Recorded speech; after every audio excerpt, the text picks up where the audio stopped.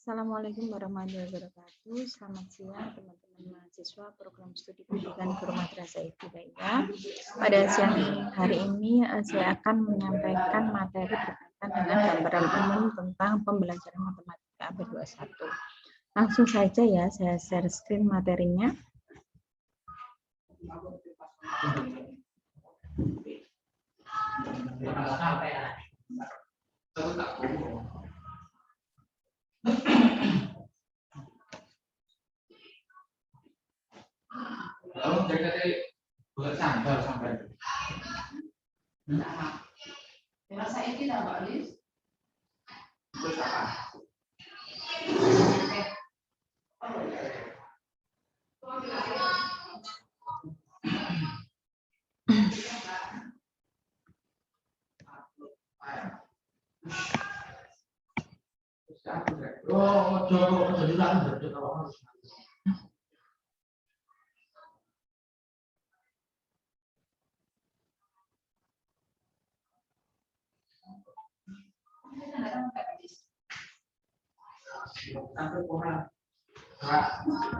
Oke, pada siang hari ini saya akan membahas berkaitan dengan pembelajaran matematika abad 21. Jadi teman-teman, ini begini, sebelum kita membahas atau berdiskusi tentang materi kita di minggu depan, maka pada hari ini kita akan bersama-sama berdiskusi tentang seperti apa sih pembelajaran matematika pada abad 21 ini. Nah, ini sebagai gambaran umum aja. Ya.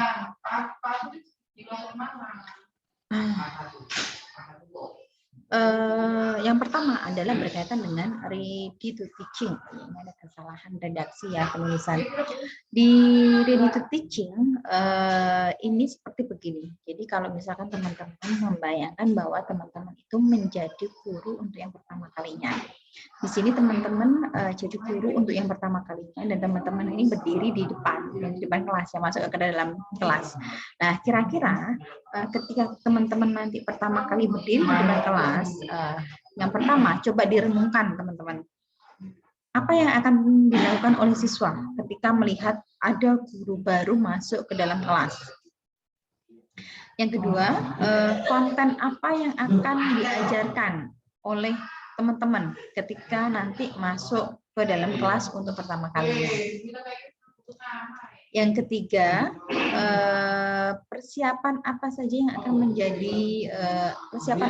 yang akan dijadikan sebagai pegangan teman-teman ketika teman-teman akan menjadi guru matematika yang baik.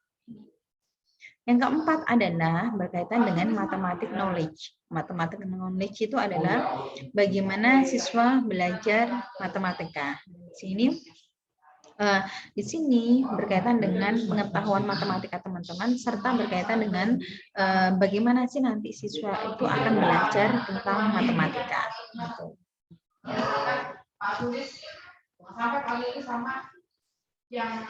Oke, yang selanjutnya adalah berkaitan dengan hasil riset.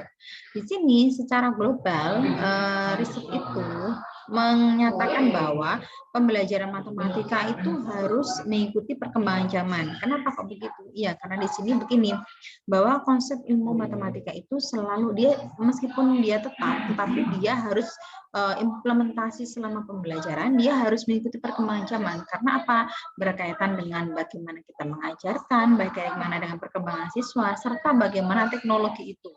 Sehingga di sini jelas bahwa di dalam beberapa penelitian itu pasti memberikan bukti bahwa pembelajaran matematika itu harus berubah mengikuti perkembangan zaman.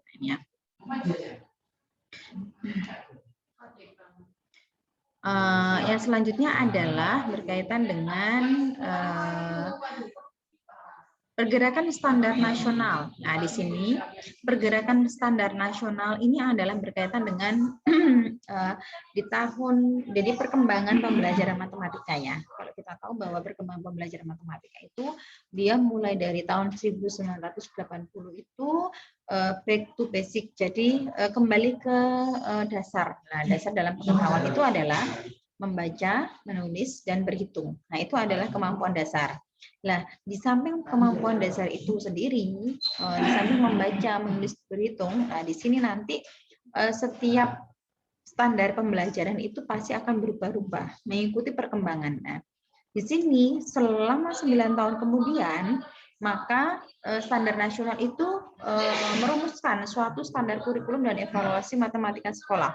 Nah, jadi di sini begini, mulai dari back to basic, yaitu membaca, menulis, berhitung, maka di sini muncullah standar kurikulum dan evaluasi matematika sekolah. Di sini akan merinci standar-standar apa sajakah yang digunakan dalam kurikulum matematika sekolah, serta standar apakah yang digunakan untuk mengevaluasi matematika di sekolah.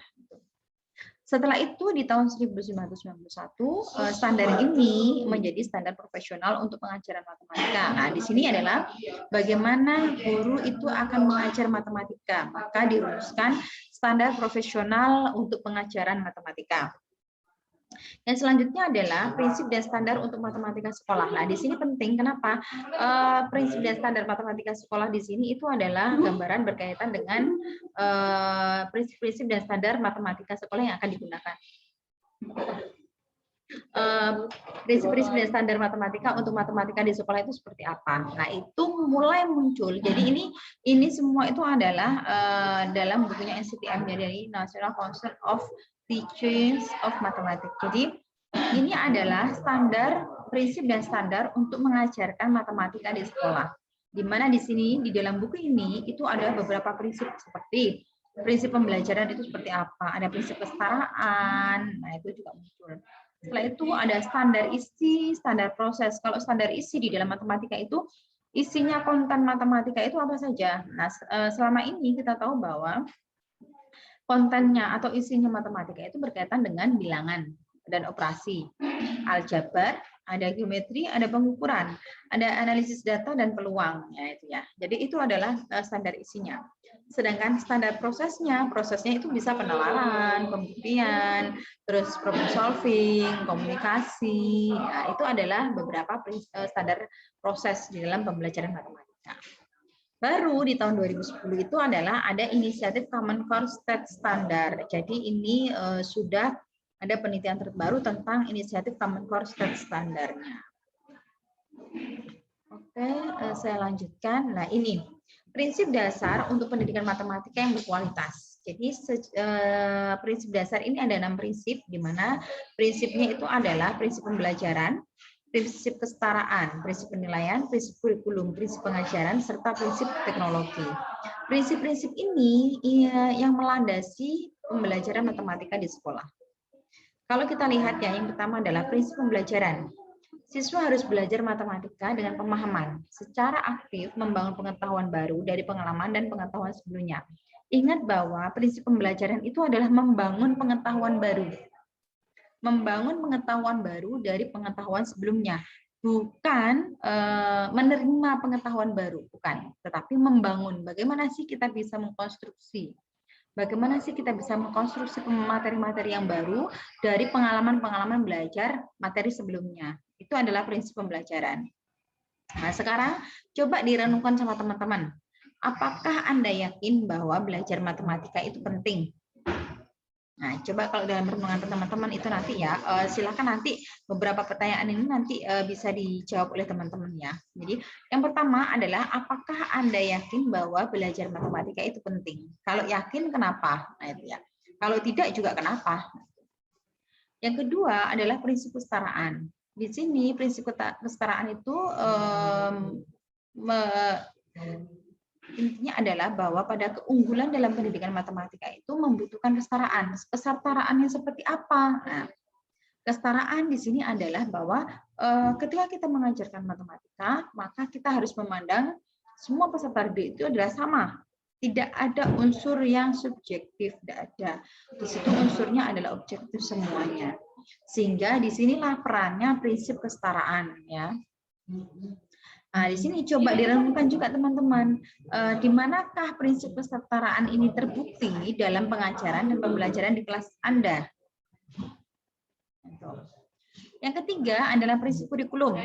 Prinsip kurikulum di sini adalah kurikulum itu adalah lebih dari sekedar kumpulan kegiatan. Kurikulum itu harus koheren, harus fokus pada matematika yang penting dan diartikulasi dengan baik di seluruh kelas. Nah, intinya adalah bahwa kurikulum itu kan standar. itu digunakan untuk semua kelas. Sehingga kurikulum itu harus dia terintegrasi mulai dari kelas 1 sampai kelas 6. Kalau di madrasah ibtidaiyah. Tidak boleh kurikulum itu terpecah-pecah. Nah, sehingga di sini prinsipnya harus koheren. Harus fokus pada matematika yang penting aja. Materi apa, konten-konten apa yang dibutuhkan untuk anak-anak MI, misalkan seperti itu ya. Jadi kita yang harus menentukan materi apa sih yang dibutuhkan untuk anak-anak MI. Nah, itu harus dirancang untuk menjadi sebagai kurikulum. Sehingga pada kategori ini coba sih teman-teman, siapakah yang membuat kurikulum di kelas Anda? Gitu ya. Tahap selanjutnya adalah pada prinsip pengajaran. Pada prinsip pengajaran di sini adalah pengajaran matematika yang efektif membutuhkan pemahaman tentang apa yang siswa ketahui dan butuhkan untuk dipelajari, dan kemudian menantang dan mendukung mereka untuk mempelajarinya dengan baik. Itu adalah prinsip dalam pengajaran. Bahwa pengajaran itu memberikan pengalaman kepada siswa. Pengalaman yang menantang, dan pengalaman itu mendukung untuk mengaplikasikannya dalam kehidupan sehari-hari, itu adalah pengajaran. Maka di sini coba teman-teman, tindakan teman-teman ketika jadi guru yang paling baik untuk memfasilitasi siswa dalam mengerjakan matematika itu seperti apa? Nah, itu. Yang selanjutnya adalah pada prinsip penilaian. Prinsip penilaian itu adalah penilaian harus mendukung pembelajaran, di mana dalam penilaian itu ada melengkapi informasi yang berguna bagi guru dan siswa. Oh ya teman-teman, menjadi seorang pendidik, teman-teman tidak hanya sekedar mentransfer ilmu, memberikan materi, tetapi teman-teman harus juga bisa untuk menilai. Nah, karena nanti teman-teman itu akan ada mata kuliah penilaian hasil belajar. Nah, di mana teman-teman nanti itu akan diajarkan bagaimana sih cara membuat soal dengan baik, cara membuat instrumen soal itu biar valid, cara menghitung instrumen soal itu yang reliable dan sebagainya. Nah, itu. Jadi itu adalah pada prinsip penilaian, di mana penilaian itu harus mendukung pembelajaran dan melengkapi informasi yang berguna bagi guru dan siswa. Nah, di sini coba teman-teman, apa contoh penilaian yang efektif atau teknik penilaian apa yang efektif yang akan memandu pemahaman teman-teman tentang pengetahuan siswa. Jadi di sini adalah teman-teman coba direnungkan atau dibayangkan, kira-kira kalau teman-teman itu mengajar, teman-teman itu menggunakan penilaian seperti apa. Terus yang selanjutnya adalah pada kategori prinsip teknologi. Nah, teknologi sangat penting dalam pengajaran dan pembelajaran matematika. Teknologi itu bisa mempengaruhi materi yang diajar dan juga meningkatkan pembelajaran di kelas. Respon siswa itu juga mungkin berbeda ketika kita mengenalkan pada teknologi. Nah, kenapa sekarang kok dalam pembelajaran di abad ini mengintegrasikan teknologi itu penting? Iya, karena mau tidak mau di zaman sekarang ini kita sebagai pendidik kita harus melek terhadap teknologi. Pembelajaran kita itu mungkin tidak bisa kita gunakan seperti yang lalu-lalu. Jadi mengajar secara konvensional itu mungkin sudah tidak berlaku lagi. Karena dengan menggunakan teknologi itu bisa memudahkan kita sebagai pendidik, gitu ya. Mengenalkan teknologi pada siswa, mengajar dengan menggunakan teknologi, mengintegrasikan teknologi ke dalam pembelajaran itu adalah sesuatu yang memang harus dilakukan oleh teman-teman ketika teman-teman menjadi pendidik. Nah, di sini coba direnungkan teman-temannya, bagaimana teknologi itu bisa meningkatkan pembelajaran matematika. Nah, coba teman-teman renungkan. Oke, saya lanjutkan ya. Standar isi.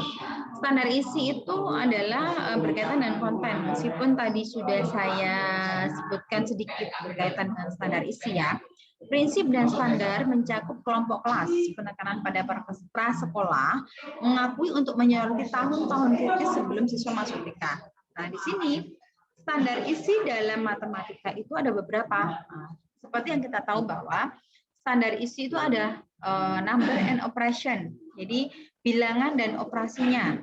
Ada aljabar, ada geometri, ada measurement, pengukuran, dan ada analisis data. Jadi ini adalah konten isi matematika yang teman-teman harus tahu. yang teman-teman wajib tahu ketika teman-teman kuliah di PGMI. Nah, untuk yang semester 3, untuk yang semester 1, teman-teman semester 1 pada semester 1 ini itu hanya dapat materi number and operation and aljabar. Jadi di matematika, di bilangan dan aljabar, teman-teman itu mendapatkan materi bilangan dan aljabar. Untuk teman-teman semester 3, maka teman-teman di sini belajar tentang geometri dan pengukuran. Untuk teman-teman yang semester 5, maka teman-teman harus bisa mengajarkan materi-materi matematika yang memuat 5 unsur standar isi dalam pembelajaran matematika ini. Itu adalah standar isinya. Selanjutnya, standar proses ya teman-teman ya. Standar prosesnya di sini adalah berkaitan dengan apa saja sih, maksudnya selama kita belajar matematika itu proses-proses yang akan dilalui itu seperti apa. Nah, di dalam pengajaran matematika ada beberapa proses, di antaranya adalah 5 standar proses. Yang pertama adalah standar proses untuk problem solving. Problem solving itu adalah kemampuan untuk memecahkan masalah. Jadi, di dalam belajar matematika, nanti teman-teman akan belajar bagaimana sih memecahkan masalah, atau bagaimana sih melakukan problem solving. Ya. Yang kedua adalah teman-teman akan belajar tentang representasi, merepresentasikan matematika itu seperti apa.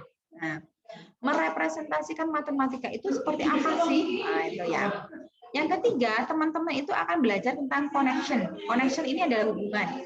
Jadi kita akan menghubungkan antara materi satu dengan materi yang lainnya. Di dalam pembelajaran matematika, itu wajib hukumnya untuk mengetahui connection-nya. Karena ketika kita belajar geometri, tidak menutup kemungkinan kita juga akan belajar pengukuran. Nah, ya. Setelah itu kita belajar tentang communication. Jadi komunikasi di dalam matematika itu pasti diajari bagaimana sih mengkomunikasikan matematika secara lisan, secara tulis. Baik itu nanti dalam bentuknya, misalkan komunikasinya bisa dalam bentuk tulisan biasa, ya, atau menggunakan dalam bentuk gambar, grafik, dan sebagainya. Nah, itu adalah cara kita dalam belajar matematika. Jadi pada standar proses communication.